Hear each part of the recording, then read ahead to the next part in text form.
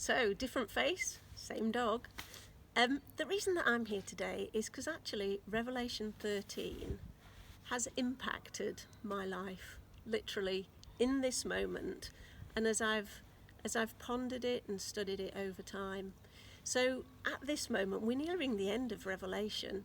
One of the things that our church has been doing over 7 years is studying the whole Bible from Genesis to Revelation, and it's powerful.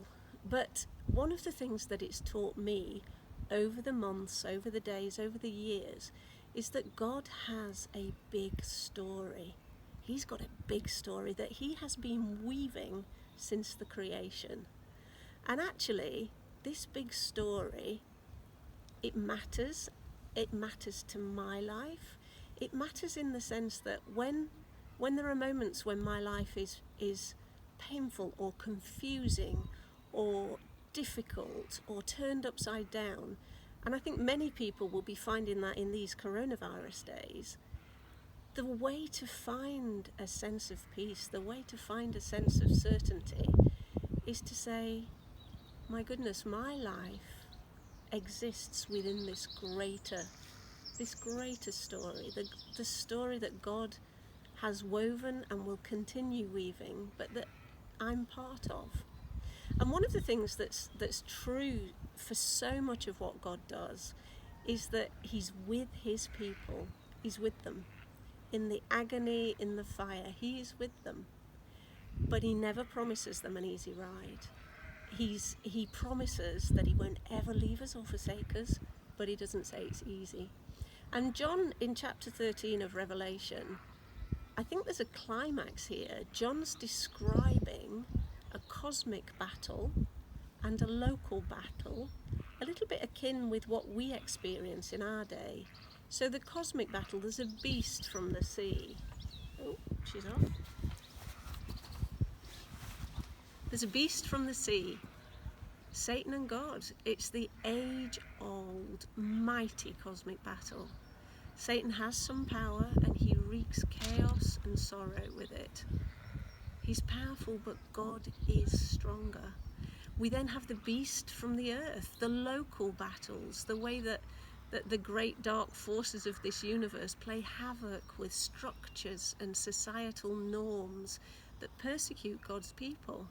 You know, in those days, to have the number of the beast, we would say, but the number of the powers stamped upon your hand meant that you could trade. It meant that you could work. It meant that you could live, actually, in society.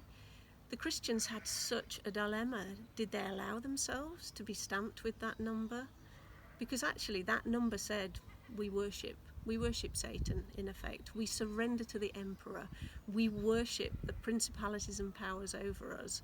So if the Christians didn't allow themselves to be stamped, in some cases it would have been a death sentence because they couldn't work, they couldn't flourish.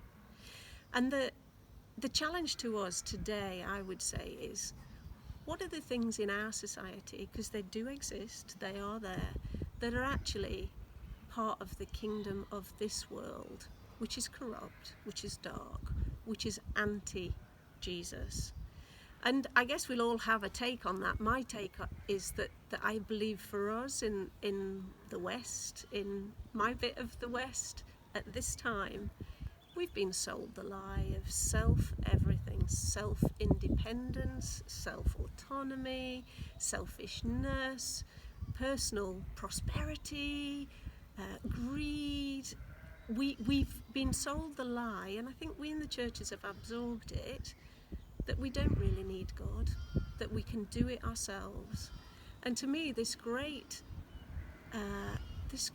horror that's spread across our world is part of, it's revealing some of those things, some of the selfishness, some of the bankruptcy of an idea that we can protect ourselves because we were designed for God, first and foremost, by him, for him.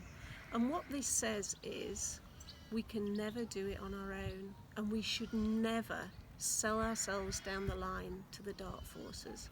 We belong to Jesus. The key here is the end where it says, whoever has ears, let him hear. And my prayer is that that you will grapple with that question and allow ourselves to be named as Jesus people, whatever that looks like, whatever the consequences.